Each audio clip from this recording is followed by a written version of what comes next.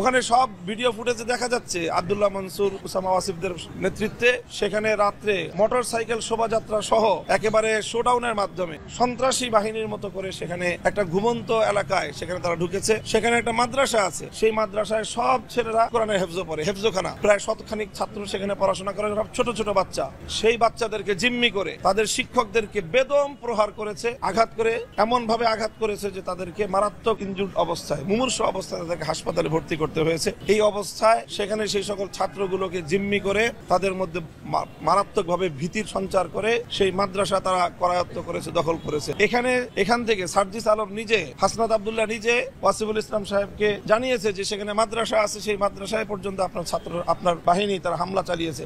উনি সেখানে পরিষ্কার বললেন যে মাদ্রাসা বন্ধ, মাদ্রাসা নাই, অস্বীকার করলেন। তাদের সর্বোচ্চ ব্যক্তিত্ব তিনি এইভাবে সার্জিস আলম এবং হাসনাত আব্দুল্লাহদের সাথে মিথ্যাচার করলেন। অথচ সেখানে আমাদের কোমলমতি ছোট ছোট শিশুরা তারা এই হামলার সম্মুখীন হয়েছে। তাদের আর্তচিৎকার সেখানে ফোনে ভেসে উঠেছে। সেই আর্তচিৎকার শুনে আমরা তো দূরের কথা, বৈষম্য বিরোধী ছাত্র আন্দোলন নেতৃবৃন্দ তাদের চোখের পানি সংবরণ করতে পারে নাই। সেখানে তারা এই অবস্থার মধ্যে আজ এইভাবে সেখানে আমরা হামলার সম্মুখীন হয়েছি এবং সম্পূর্ণরূপে একতরফা সন্ত্রাসী আক্রমণ হয়েছে। আমরা সংবাদ মাধ্যমগুলোর কাছে বিনীত অনুরোধ করব যে আপনারা দয়া করে এই ঘটনাটাকে দ্বিপাক্ষিক সংঘর্ষ হিসেবে আখ্যায়িত করে খুনিদেরকে আড়াল করার চেষ্টা করবেন না। প্রকৃত হামলার চিত্রটাকে আপনারা ভিন্ন কালার দেওয়ার চেষ্টা করবেন না। যদি আপনারা এটা করেন তাহলে সংবাদ মাধ্যম তাদের দায়িত্ব পালন করতে আমি মনে করি যে ঐতিহাসিকভাবে আপনাদের ভুল হবে এবং সেটার ক্ষেত্রে প্রকৃত ঘটনার প্রকৃত দোষীরা আড়ালে চলে যাওয়ার হয়তো সুযোগ পেতে পারে।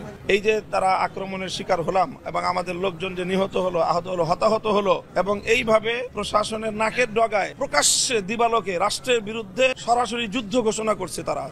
কারণ এখানে পরিষ্কার যে স্বরাষ্ট্র উপদেষ্টা মহোদয়, ধর্ম উপদেষ্টা মহোদয়, সকল উপদেষ্টাদের নেতৃত্বে এবং সর্বোচ্চ আইন শৃঙ্খলা রক্ষাকারী বাহিনীর সকল সদস্যদের ইনভলভমেন্টের মাধ্যমে অব্যাহতভাবে বৈঠক চলছে। গত সারা রাত বৈঠক হয়েছে, তাদের সাথে হয়েছে, আমাদের সাথে হয়েছে এবং আজ সকাল 11টা এবং 12টায় দুই পক্ষের সঙ্গে স্বরাষ্ট্র মন্ত্রণালয়ে হাই প্রোফাইলের বৈঠক হওয়ার কথা এবং সেই বৈঠকের জন্য আমরা প্রস্তুতি নিচ্ছিলাম। সেখানে আমরা কথা বলবো এবং আলোচনার মাধ্যমেই আমরা একটা মীমাংসায় পৌঁছবো। তো সেই ক্ষেত্রে এরকম ভাবে অতর্কিতে হামলা চালানো, এটা গোটা রাষ্ট্রযন্ত্রের প্রতি, সরকারের প্রতি, গোটা বাংলাদেশের প্রতি একটা সম্পূর্ণরূপে একটা চ্যালেঞ্জ বলে আমরা মনে করি। এবং আমাদের এই ক্ষেত্রে ধারণা হলো এটাই যে স্বাভাবিকভাবে বাংলাদেশ বিরোধী যে চক্রান্তটা রয়েছে, যারা বাংলাদেশকে এই মুহূর্তে অস্থিতিশীল করার চেষ্টা করছে, বাংলাদেশকে ধ্বংস করার চেষ্টা করছে, সেই বাংলাদেশ বিরোধী চক্রের সঙ্গে এই হামলার অবশ্যই যোগসাজশ রয়েছে এবং যারা এই ক্ষেত্রে ওই সাতপন্থীদের যারা দায়িত্বশীল তাদেরকে আমি মনে করি যে এখন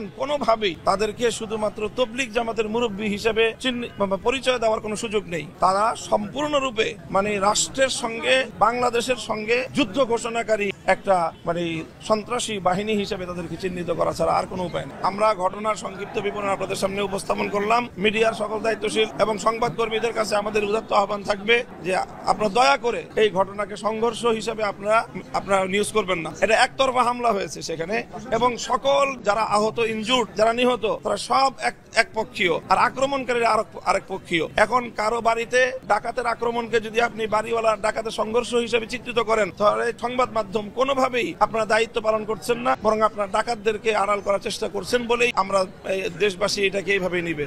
কাজেই আপনাদের কাছে আপনারা যাচাই করেন, প্রয়োজনে আপনারা তথ্য দেখেন যে গত রাতের এই আক্রমণ, শেষ রাতের গভীর রাত্রের ঘুমন্ত মানুষের উপরে এই আক্রমণে কোনোভাবে আমাদের এই জুবায়েরপন্থী হিসেবে আপনারা যাদেরকে আখ্যায়িত করছেন বা সুরাই নিজামের অনুসারী বলে যাদেরকে আখ্যায়িত করা হচ্ছে, তাদের কারো কোনো ন্যূনতম কোনো ইনভলভমেন্ট ছিল কিনা আক্রমণের ক্ষেত্রে আপনারা সেটা যাচাই করে যথাযথভাবে আপনারা সংবাদ প্রচার করবেন। প্রশাসন আমাদেরকে গত রাতে নিরাপত্তা দিতে ব্যর্থ হয়েছে। অবশ্যই যদি তারা প্রশাসন যথাযথভাবে দায়িত্ব পালন করতে সক্ষম হতো তাহলে কোনোভাবেই এই প্রাণহানি ঘটতো না।